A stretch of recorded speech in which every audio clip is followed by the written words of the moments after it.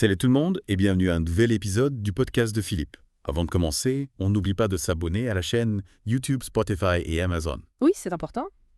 Et puis, si vous appréciez le podcast, laissez un petit j'aime. Ça nous encourage beaucoup. Aujourd'hui, on s'attaque à un sujet brûlant, l'intelligence artificielle, et plus précisément l'IA Grok 2. Ah oui! Ce logiciel développé par Elon Musk et xAI est capable de générer des images hyper réalistes, à partir de simples descriptions textuelles, ce qu'on appelle des prompts Exactement. en anglais. Alors la question qu'on se pose, c'est est-ce que Grok 2 représente un danger pour la création et la propagation de fausses nouvelles? C'est une question cruciale, surtout dans notre ère numérique. Imaginez, on donne une description à Grok 2. Oui. Par exemple, est Emmanuel Macron en train de manger une crêpe sur la Lune avec Donald Trump et hop. L'IA crée une image en quelques secondes. Incroyable. Philippe, t'as d'ailleurs testé Grok 2 toi-même, non? Oui, absolument. J'étais curieux de voir ce qu'il était capable de faire avec des personnalités politiques. J'ai demandé une image assez complexe. D'accord. Avec Macron, le pape François Bachar, Alassane Poutine et même Donald Trump brandissant le drapeau américain. Ah oui, carrément. Le résultat était bluffant de réalisme. Grok 2 a généré une série d'images basées sur ma description et franchement, on a du mal à distinguer le vrai du faux. Et là, on touche au cœur du problème, ce qui est fascinant mais aussi inquiétant avec Grok 2. Oui. C'est l'absence de restrictions éthiques. Alors que d'autres IA comme ChatGPT, Midjourney ou DALL-E ont des garde-fous pour éviter la création de contenus inappropriés. Oui, je vois. Grok 2 n'a pas ce genre de limitation. On dirait qu'on peut lui demander n'importe quoi et il va générer l'image sans sourciller. C'est un terrain fertile pour la désinformation, n'est-ce pas? Ah oui, complètement. Imaginez la création d'images de célébrités faisant des choses qu'elles n'ont jamais faites, des photos d'événements fictifs, des montages truqués pour manipuler l'opinion publique. Exactement. Prenons l'exemple des élections. On pourrait facilement imaginer des images falsifiées des candidats dans des situations compromettant des fausses déclarations. Tout cela pour influencer le vote des gens. Avec un réalisme aussi poussé, comment distinguer le vrai du faux? C'est effrayant. On risque de perdre totalement confiance dans les images, dans l'information visuelle en général. Oui. Et d'après des tests, Grok 2 produit des contenus de désinformation dans 80% des cas, presque 2 fois plus que d'autres IA. C'est énorme. Imaginez l'impact potentiel que ça peut avoir sur la société. C'est une menace sérieuse pour la démocratie, pour la vérité elle-même. Et ce qui est encore plus inquiétant, c'est qu'Elon Musk semble ignorer complètement ces dangers. Sa vision de l'IA est très différente de celle de Google ou OpenAI, qui ont mis en place des garde-fous et des restrictions pour encadrer l'utilisation de leurs IA. Alors que ces entreprises misent sur la transparence, expliquant comment fonctionne leur modèle d'IA et d'où proviennent les données utilisées pour les entraîner. Musk fonce tête baissée dans l'innovation sans trop se soucier des conséquences. On est en droit de se demander s'il a vraiment conscience des dangers que représente Grok 2.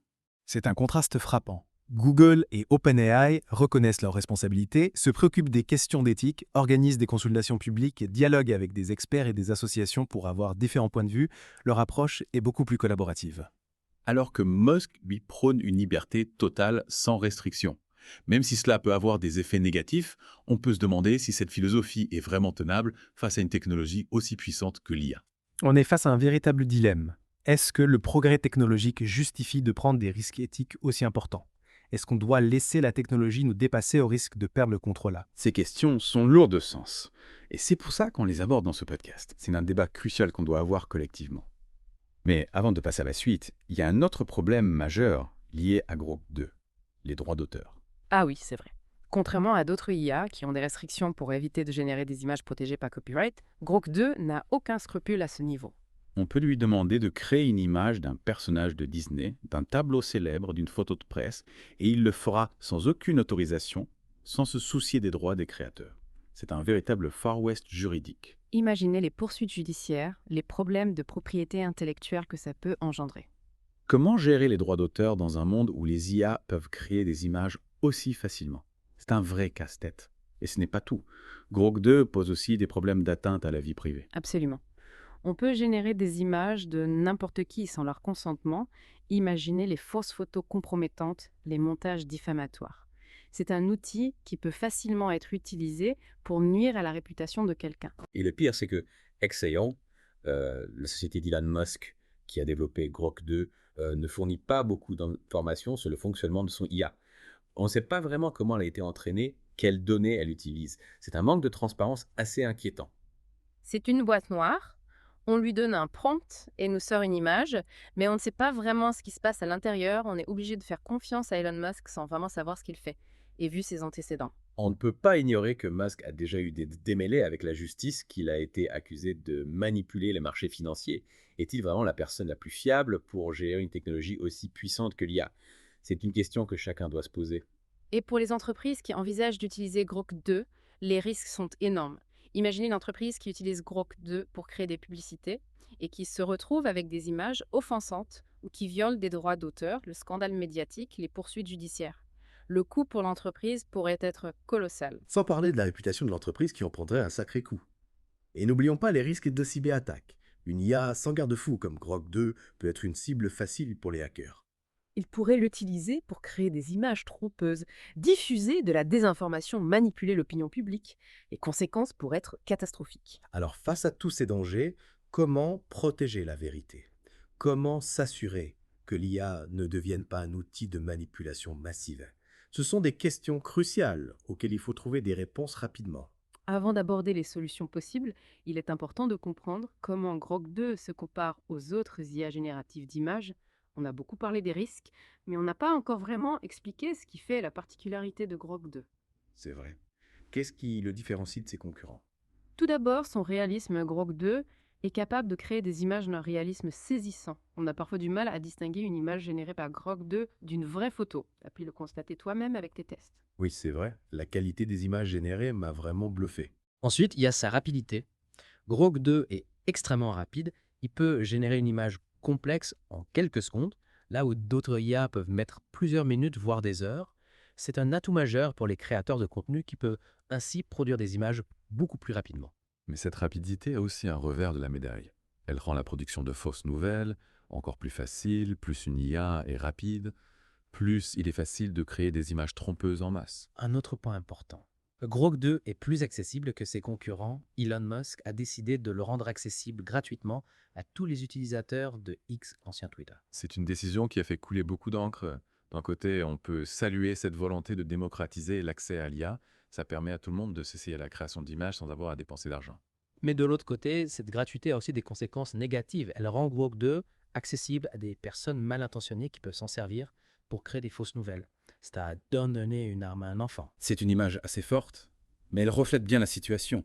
Grok 2 est une technologie puissante et il faut être prudent avec son utilisation. Absolument. Alors comment limiter les risques? Comment s'assurer que l'IA ne devienne pas une menace pour la vérité? Voilà la question que tout le monde se pose. Quelles sont les solutions possibles? Il y a plusieurs pistes à explorer.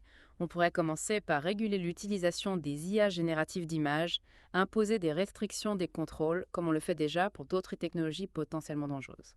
C'est une solution qui a été évoquée par plusieurs experts, mais qui n'est pas facile à mettre en place. L'IA évolue très rapidement, et on ne veut pas non plus brider l'innovation. Il faut trouver un juste équilibre entre liberté et sécurité. Une autre piste serait de développer des outils de détection des fausses nouvelles. On pourrait créer des algorithmes capables d'identifier les images générées par des IA. Mais est-ce que ce genre d'outil serait vraiment efficace? Les IA évoluent sans cesse, et les fausses nouvelles deviennent de plus en plus sophistiquées. C'est un vrai défi technologique. Il a aussi une piste plus axée sur l'éducation, apprendre aux gens à identifier les fausses nouvelles, à vérifier les sources, à ne pas croire tout ce qu'ils voient sur Internet, développer leur esprit critique pour qu'ils ne soient pas des victimes faciles de la désinformation. C'est une solution de long terme, mais elle est essentielle. On doit leur donner les clés pour naviguer dans ce monde numérique de plus en plus complexe. Et les plateformes de réseaux sociaux ont aussi un rôle important à jouer. Elles doivent prendre leurs responsabilités et mettre en place des mesures pour lutter contre la propagation des fausses nouvelles. Tu veux dire qu'elles doivent faire le tri, supprimer les contenus trompeurs, mettre en avant les informations fiables. Mais est-ce qu'elles sont vraiment prêtes à le faire? C'est une autre question. Les plateformes sont souvent accusées de ne pas en faire assez et parfois même de favoriser la propagation des fausses nouvelles pour générer plus de trafic. C'est un sujet complexe qui soulève de nombreuses questions. On pourrait en parler pendant des heures, c'est clair. Mais pour l'instant, je pense qu'on a fait le tour de la question. Oui, on a bien exploré les dangers de Grok 2. On a vu que cette IA, aussi puissante soit-elle, pose de sérieux problèmes éthiques. On a vu qu'elle peut être utilisée pour créer des fausses nouvelles, violer les droits d'auteur, porter atteinte à la vie privée. C'est une technologie qui nécessite une grande prudence et il n'y a pas de solution miracle. Il faut explorer différentes pistes. La régulation, la détection des fausses nouvelles, l'éducation, et chacun doit prendre ses responsabilités. Les créateurs d'IA, les utilisateurs, les plateformes de réseaux sociaux. C'est un effort collectif qui est nécessaire pour protéger la vérité. Tout à fait. Et pour conclure cette partie, j'aimerais poser une question à nos auditeurs. Pensez-vous que le progrès technologique justifie de prendre des risques éthiques? C'est une question à méditer. N'hésitez pas à partager vos réflexions sur les réseaux sociaux. On est curieux de savoir ce que vous en pensez. Avant de passer à d'autres sujets, je pense qu'il est important d'approfondir la différence d'approche entre Elon Musk et d'autres acteurs majeurs de l'IA comme Google et OpenAI. Oui, on a évoqué la vision libertarienne de Musk, son absence de garde-fou. Mais comment Google et OpenAI gèrent-ils concrètement ces questions éthiques? Prenons l'exemple de Google et d'OpenAI. Ces entreprises adoptent une approche beaucoup plus prudente. Elles ont compris que l'IA est un outil extrêmement puissant Oui. et qu'il faut l'utiliser avec une grande responsabilité. Elles ont donc mis en place des règles, des restrictions pour encadrer le développement et l'utilisation de leurs IA. Peux-tu nous donner des exemples concrets de ces mesures? Comment s'y prennent-ils concrètement? Elles ont par exemple des équipes dédiées à l'éthique de l'IA. Ah oui, Ces équipes réfléchissent aux implications de ces technologies, aux risques potentiels. d'accord. Elles organisent des consultations publiques, dialoguent avec des experts des associations pour avoir différents points de vue. Donc, contrairement à Elon Musk, ils ne développent pas leurs IA dans un coin sans se soucier des conséquences. Ils cherchent à intégrer l'éthique dès le départ dans la conception même de leur technologie. Exactement. Ils ne se contentent pas de développer des IA performantes, ils cherchent aussi à les rendre responsables. Concrètement, ils ont mis en place des garde-fous pour éviter la création de contenus problématiques. Leurs IA sont programmées pour refuser de générer des images violentes, racistes, pornographiques. Ah oui, donc contrairement à Grok 2 qui peut générer n'importe quoi sans restriction, les IA de Google et OpenAI ont des limites, des interdits. C'est rassurant finalement. Oui, on peut le voir comme ça. Elles sont conçues pour respecter certaines valeurs éthiques, pour ne pas franchir certaines lignes rouges, et elles sont aussi beaucoup plus transparentes que XAI. Elles publient des rapports détaillés sur leur modèle d'IA, sur les données utilisées pour les entraîner. Elles expliquent comment fonctionnent leurs algorithmes, quels sont leurs biais potentiels. Alors que KXAI ne donne presque aucune information sur le fonctionnement de Grok 2. Cette transparence de Google et OpenAI est essentielle. Je pense qu'elle permet de mieux comprendre ces technologies, de les rendre plus responsables. Tout à fait, quand on sait comment fonctionne une IA, on peut mieux comprendre ses limites, ses dangers potentiels. On peut aussi mieux la contrôler, la corriger si nécessaire. Alors, est-ce qu'on peut dire que Google et OpenAI ont une approche plus responsable de l'IA qu'Elon Musk? Oui, on peut le dire, ils sont plus prudents, plus conscients des risques, plus soucieux de l'éthique. Ils ont compris que l'IA n'est pas un simple gadget technologique, mais un outil puissant qui peut avoir un impact énorme sur nos vies. Et toi, personnellement, quelle est ton opinion sur cette question? Doit-on brider l'innovation au nom de l'éthique? Ou est-ce qu'on doit laisser les esprits créatifs comme Elon Musk expérimenter librement, même si ça implique des risques? C'est une question complexe. Je pense qu'il faut trouver un équilibre. On ne peut pas ignorer les dangers potentiels de l'IA. On ne peut pas laisser la technologie nous dépasser. Oui. Mais on ne peut pas non plus brider l'innovation, l'empêcher d'avancer. Il faut trouver le juste milieu, le point d'équilibre entre le progrès et la prudence. C'est un peu comme un funambule sur un fil, n'est-ce pas? Il faut avancer avec précaution, sans perdre l'équilibre. Et pour trouver cet équilibre, il faut un dialogue ouvert, une réflexion collective. Les scientifiques, les entrepreneurs, les philosophes, les citoyens, tout le monde doit participer à ce débat. Je suis tout à fait d'accord. L'avenir de l'IA, c'est l'avenir de l'humanité. Et c'est à nous de décider quel avenir on veut construire. En parlant d'avenir, on a reçu beaucoup de messages d'auditeurs qui s'inquiètent de l'impact de l'IA sur le marché du travail. Est-ce que Grok 2 et les IA en général vont nous voler nos emplois? C'est la grande question que tout le monde se pose. On voit souvent des titres catastrophiques dans les médias. C'est vrai que l'IA a le potentiel d'automatiser de nombreuses tâches, de remplacer certains emplois. Oui. Mais il faut nuancer ce discours catastrophiste. L'IA ne va pas simplement remplacer des emplois, elle va aussi en créer de nouveaux. C'est intéressant. Peux-tu développer cette idée-là? On aura besoin de personnes pour concevoir ces IA, pour les entraîner, pour les superviser, pour les réparer. Il y aura de nouveaux métiers, de nouvelles compétences à acquérir. D'accord. Ce n'est pas forcément une menace, mais plutôt une transformation du marché du travail. Donc, au lieu de paniquer, il faut s'adapter et se former aux nouvelles technologies. Ceux qui sauront exploiter le potentiel de l'IA auront de nouvelles opportunités. Absolument, tu vois, avoir peur de l'IA. Il faut la voir comme un outil, un partenaire qui peut nous aider à résoudre des problèmes complexes, à améliorer nos vies. Mais il faut l'utiliser avec sagesse, avec responsabilité. C'est une belle conclusion. On a exploré les dangers de l'IA, mais aussi ses potentialités. On a vu que c'est un outil puissant qui peut être utilisé pour le bien ou pour le mal. C'est à nous de décider quel chemin on veut prendre. Et pour cela, il faut s'informer, réfléchir, débattre. Ne laissons pas la technologie décider pour nous. Merci pour ces paroles sages. J'espère que nos auditeurs auront trouvé cette discussion stimulante. N'hésitez pas à nous faire part de vos réflexions, de vos questions sur les réseaux sociaux. On est toujours ravis de discuter avec vous. Et n'oubliez pas de liker ce podcast, de vous abonner sur YouTube, Spotify et Amazon. Votre soutien est précieux pour nous.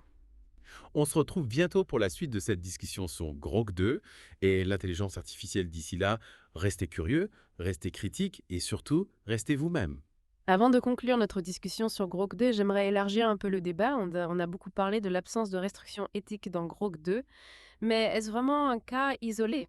Y a-t-il d'autres technologies qui posent des problèmes similaires? C'est une excellente question. On a l'impression que l'IA est au cœur de toutes les préoccupations ces derniers temps. Mais est-ce que Grok 2 n'est finalement qu'un symptôme d'un problème plus large? Grok 2 n'est certainement pas un cas isolé. De plus en plus de technologies émergent et soulèvent des questions éthiques complexes. Les biotechnologies, la nanotechnologie, la robotique. Toutes ces innovations ont le potentiel d'améliorer nos vies, mais elles comportent aussi des risques qu'il faut prendre au sérieux. Donc ce n'est pas juste une question d'IA, mais bien une question de progrès technologique en général. Oui. On est à une époque où l'innovation va très vite, où l'on crée de nouveaux outils et de nouveaux systèmes qui ont un impact énorme sur nos vies, sur la société, sur la planète. Exactement. Et il faut absolument réfléchir à cet impact, se poser des questions éthiques. Justement, quand tu parles de questions éthiques, à quoi penses-tu précisément? C'est un concept un peu abstrait pour beaucoup de gens. Il s'agit de se demander, par exemple, quelles sont les valeurs que l'on veut défendre, quels sont les risques que l'on est prêt à prendre. Comment protéger la dignité humaine? Comment garantir la justice sociale? Comment préserver l'environnement? Ce sont des questions fondamentales que l'on ne peut pas ignorer. Donc l'éthique, ce n'est pas juste un concept philosophique. C'est quelque chose de très concret qui a des implications dans la vie réelle et qui est plus important que jamais avec l'essor des nouvelles technologies. Absolument. L'éthique, c'est ce qui guide nos actions, nos décisions. Oui. C'est ce qui nous permet de distinguer le bien du mal, le juste de l'injuste. Et c'est d'autant plus important aujourd'hui avec le pouvoir immense de ces technologies. On doit les utiliser avec sagesse.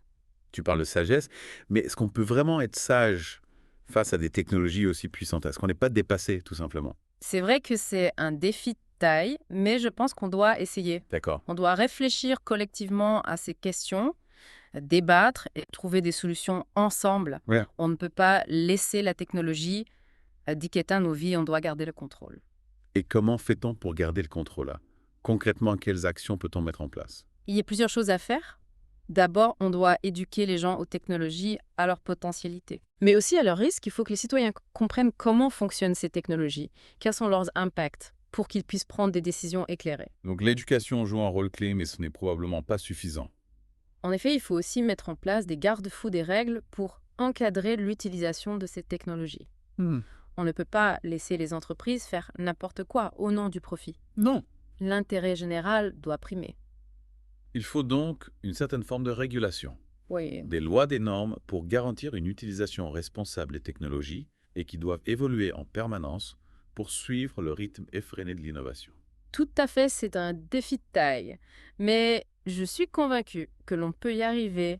L'humain a toujours su s'adapter, trouver des solutions aux défis qu'il rencontre, et je pense qu'on trouvera des solutions pour l'IA aussi. C'est une note d'espoir qui fait du bien. Merci beaucoup pour cette discussion éclairante. Merci à toi pour l'invitation, j'ai beaucoup apprécié cet échange. Chers auditeurs, merci de nous avoir écoutés jusqu'au bout. N'oubliez pas de vous abonner à notre chaîne YouTube, Spotify et Amazon et de liker ce podcast si vous l'avez apprécié. Vos commentaires sont toujours les bienvenus. Et si vous souhaitez soutenir notre projet d'exposition photo, n'hésitez pas à participer à notre campagne de sociofinancement. Tous les liens sont dans la description de cet épisode. On se retrouve très bientôt pour un nouvel épisode du podcast de Philippe. D'ici là, prenez soin de vous et réfléchissez à l'impact des technologies sur vos vies. L'avenir est entre nos mains.